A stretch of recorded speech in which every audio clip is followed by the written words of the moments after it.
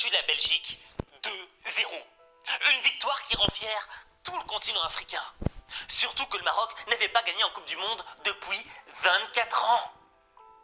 Mais cette victoire cache un honteux secret.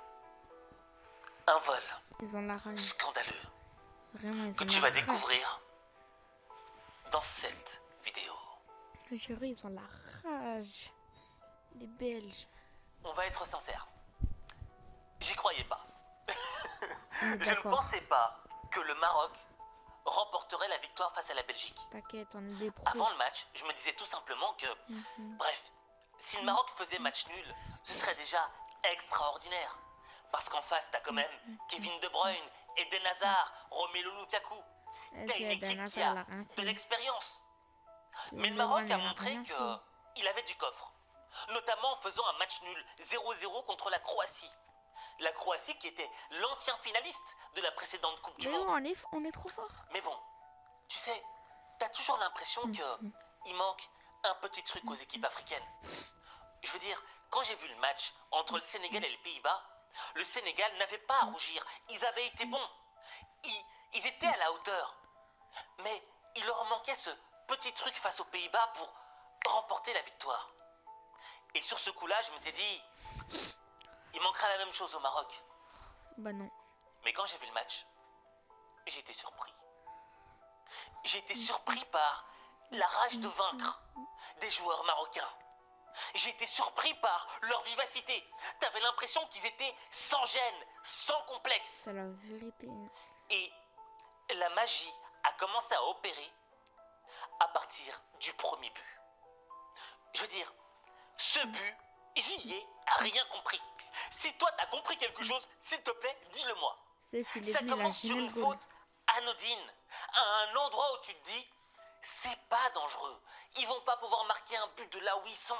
Bah si. Et pourtant, Sabiri marque un coup franc de légende.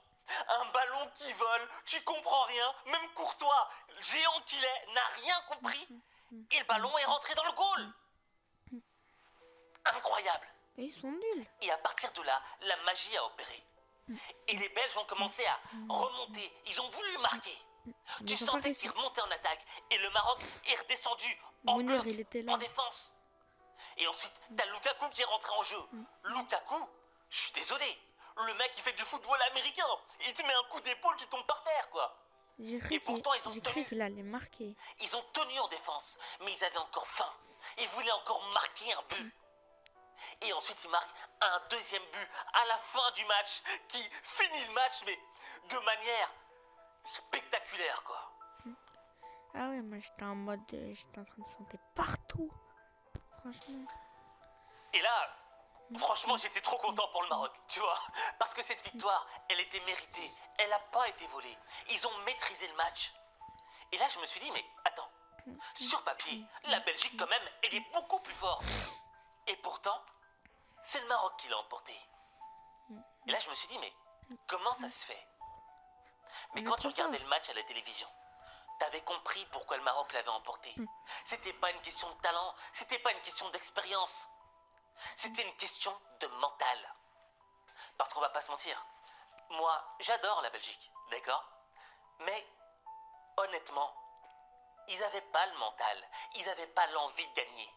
Et comment je peux te dire ça? Eh bien, tout simplement, parce que j'avais vu le discours de Kevin De Bruyne. Lorsqu'on lui demande si la Belgique peut être championne du monde, sa réponse est sans détour. Aucune chance. Nous sommes trop vieux, a-t-il lancé. Avant de détailler sa pensée aux médias britanniques. Je pense que notre chance était en 2018. Nous avons une bonne équipe, mais elle est vieillissante. Nous avons perdu quelques joueurs clés. Nous avons quelques bons nouveaux joueurs qui arrivent, mais ils ne sont pas au niveau des autres joueurs en 2018. Tandis que les Marocains, tu sentais qu'ils avaient faim. Tu sentais qu'ils voulaient cette victoire.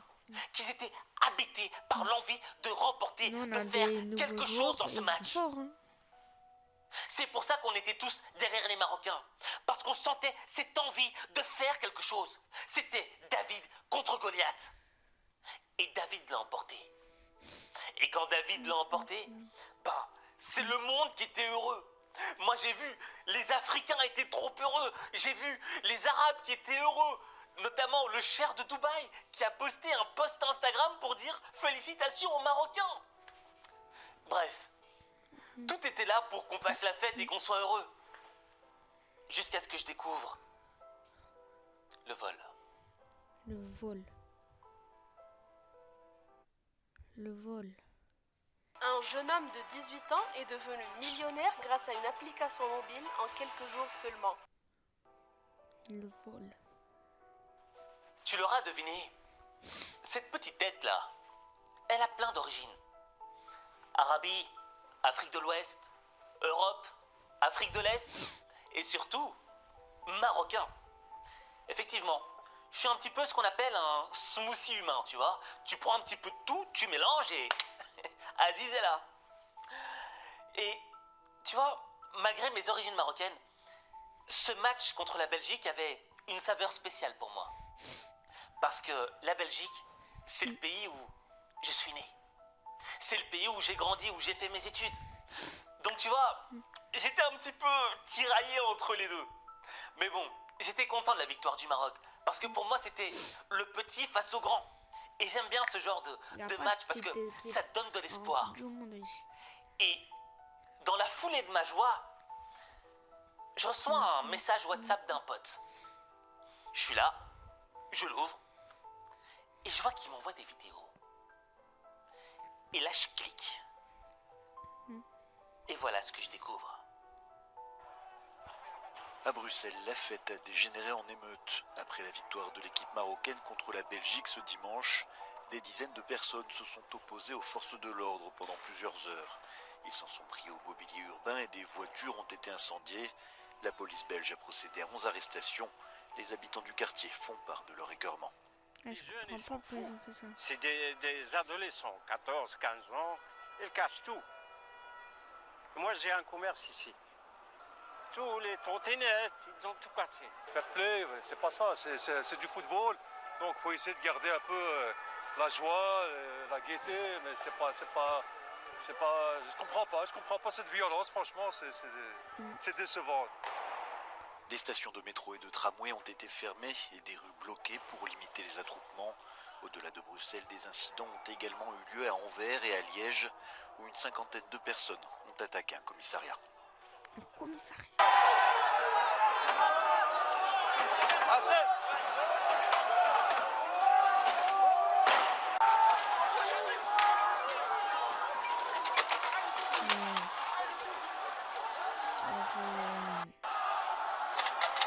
Je savais ça. Mais pourquoi?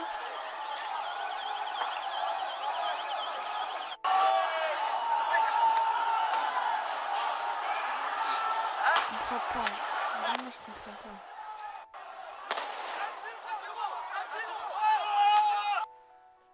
Et là, qu'est-ce que je vais te dire? Tu vois des supporters pseudo-marocains qui foutent le bordel, qui cassent l'ambiance. Et pour moi, ça, c'est un vol. C'est le vol des efforts des joueurs marocains qui représentaient l'espoir de tout un continent. C'est le vol de la jouissance, de la célébration de cette victoire. Pourquoi? Parce que dans les médias, on parlait que de ça. Violence à Bruxelles suite à la victoire du Maroc. On parlait plus de la performance extraordinaire de ces joueurs, du sacrifice qu'ils ont donné sur le terrain. Non. On s'est centré sur là où il y avait du feu, là où il y avait de la violence. Et ça me rappelle un petit peu quelqu'un de spécial. Donc le bruit, c'est qui ça? Je sais pas si t'as connu l'émission Pimp My Ride. Ça passait sur MTV à l'époque. L'objectif c'était quoi? C'était que t'apportais une voiture toute pourrie, que t'allais tuner, que t'allais relooker et la rendre magnifique. Il y avait un truc qui me marquait dans cette émission. C'est qu'à chaque fois que la voiture pourrie arrivait dans le garage, les mecs qui étaient censés la tuner avaient toujours la même réaction. Ah, oh non, oh, tu vois, ils étaient dégoûtés, les mecs.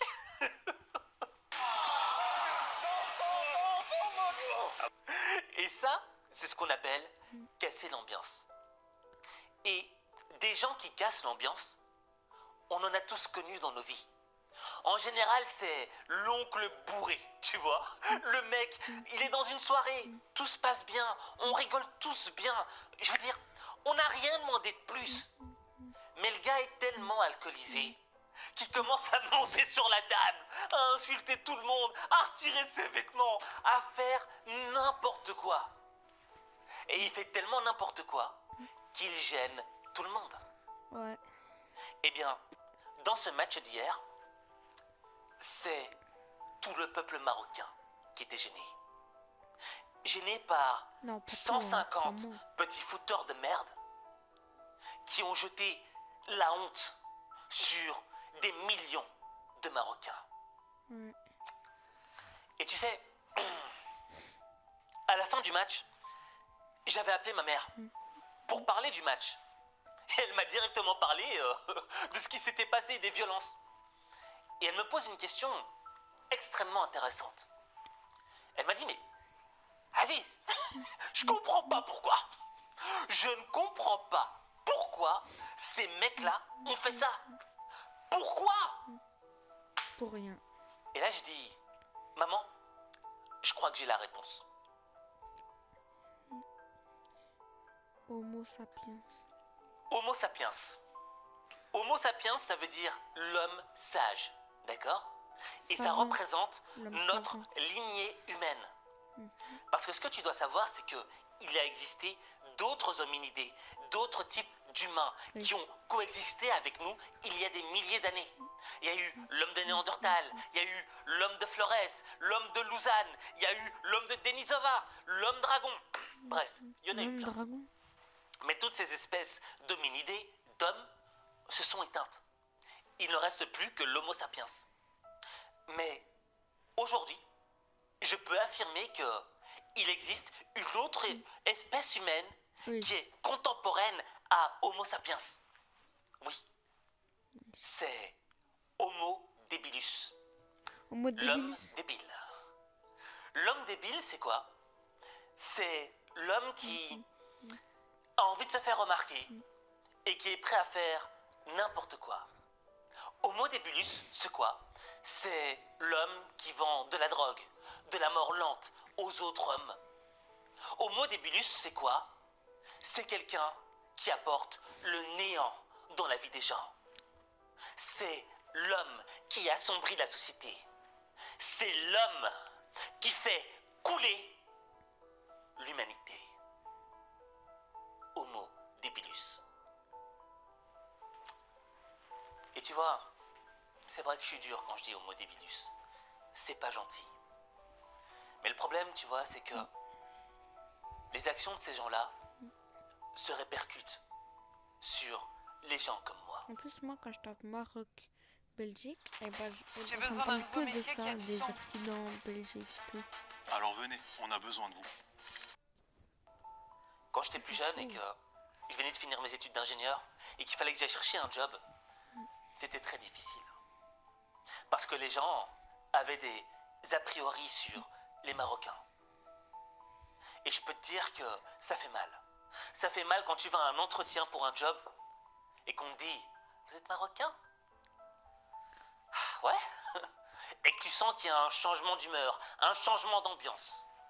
Des racistes.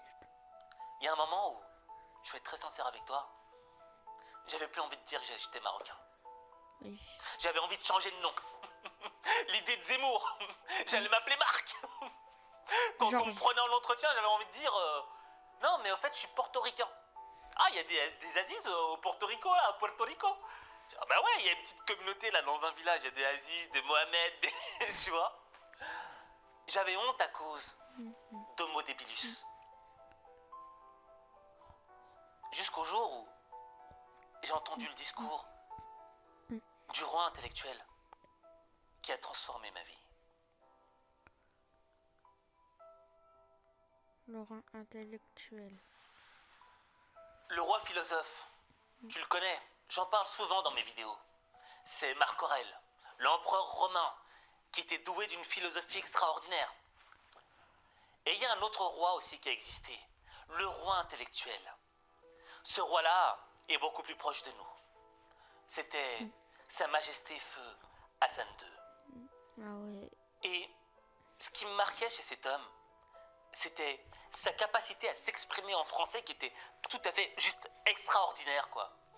Et en même temps, un jour, lorsqu'il savait qu'il était à l'article de la mort, qu'il savait qu'il lui restait pas beaucoup de temps à vivre, on lui avait posé la question de qu'est-ce que vous souhaitez pour la jeunesse future? Et voici ce qu'il avait répondu. On dit que le roi dit souvent je veux. Aujourd'hui, vous diriez je veux quoi pour le Maroc? Qui ne dit pas je veux? Vous pouvez le dire avec plus d'autorité que Eh bien, d'autres. je veux pour le Maroc. Je ne parle pas du peuple, il l'a toujours été. Je veux pour le Maroc des dirigeants intelligents, une jeunesse intelligente, apte à saisir les occasions, à comprendre le siècle où elle vit, à ne pas vivre à l'ombre du politisme, mais guidé par le perfectionnisme et surtout par la réalisation et le réalisme. Voilà ce que je fais. Et tu vois, quand j'ai entendu ce discours du feu roi Hassan II, j'étais fier d'être marocain. Et sur le coup là, je m'étais dit, je vais assumer ce que je suis. Je vais être fier de tout ce qui m'habite. Et malgré les a priori que les gens auront sur moi, j'en ai rien à faire. Malgré les étiquettes qu'on poserait sur moi, j'en aurais rien à faire. Jeune de banlieue, jeune immigré, jeune issu de l'immigration, gardez vos étiquettes pour vous. Je ne suis pas cela. Je suis un homme qui brille. J'ai décidé de suivre le discours d'Hassan II, de comprendre le monde dans lequel je vis. Et quand j'ai compris quel était le monde dans lequel je vivais, j'ai compris que la chose qui comptait, c'était quoi? C'était d'utiliser ça, ce qu'on avait là-dedans, en dessous des cheveux. Et quand tu utilises ça, tu peux faire quelque chose de brillant dans ta vie. Et c'est là que j'ai compris que Homo debilus, c'est quelqu'un qui aime mettre le feu, détruire. Ça le fait rire. Mais qu'à côté, il y avait des hommes et des femmes brillants.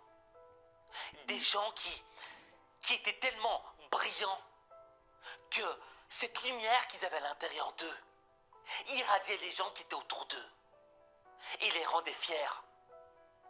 Et au fait, ce match-là, ce qui s'est passé hier, prouve qu'il existe deux types de personnes dans le monde. Il y a Homo debulus qui aime faire des conneries, qui aime juste se faire remarquer et qui détruit tout dans sa vie et qui te rend honteux, honteux de lui ressembler. Mais t'as les hommes et les femmes qui te rendent fiers. Notamment, hier, les joueurs du Maroc nous ont rendus fiers. Ils n'ont pas juste rendu fiers les Marocains, ils ont rendu fiers les Africains, ils ont rendu fiers le monde arabe, ils ont rendu fiers tous les pays. Play the SoRag Global Cup 2022 and experience fantasy football like never before. Qui n'ont pas des grandes équipes, mais qui étaient derrière, qui se disaient c'est possible. Tout est possible. On peut même Et tu gagner vois, dans ta vie, 4-0. tu dois faire un choix. Soit tu fais le choix de suivre les idiots, de suivre les personnes qui font couler les gens qui sont autour d'eux, qui ne construisent rien, qui n'apportent rien. Soit tu décides de suivre le discours d'Hassan II, Ah voilà ça. de devenir un homme ou une femme brillante. Et crois-moi, j'étais au Maroc cet été et j'ai vu des gens brillants. J'ai vu des Marocains qui m'ont surpris, qui m'ont inspiré, qui ne ressemblaient pas à ces jeunes qu'on a vus à Bruxelles. Tu dois faire un choix. Et si tu fais le choix d'être brillant, tu transformeras ta vie. Mais ta vie, il n'y a que toi qui peux la transformer. Il n'y a que toi.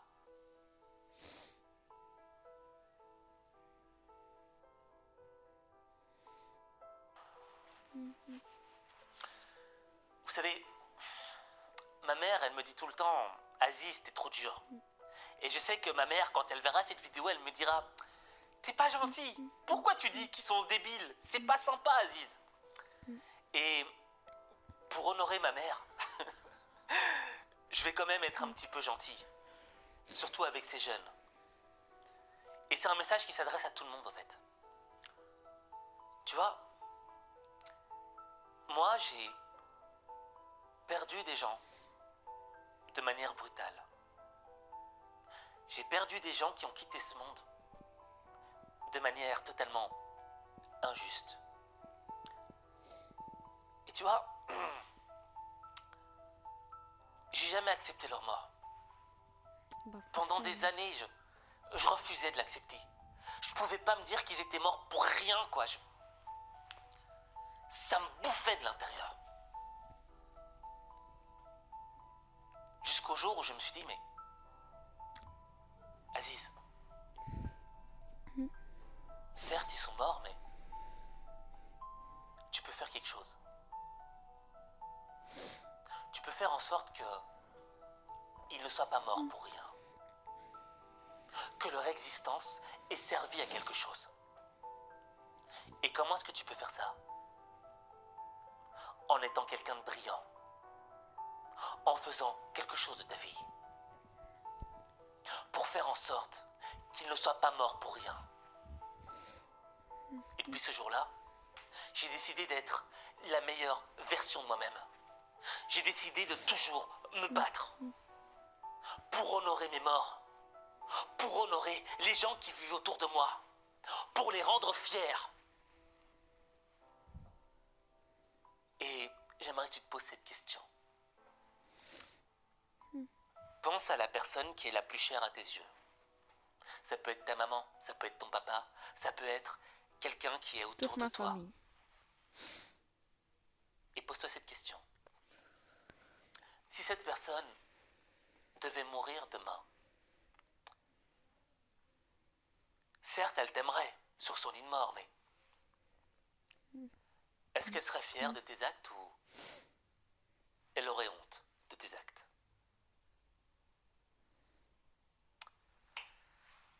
Question brutale, mais qui remet les pieds sur terre.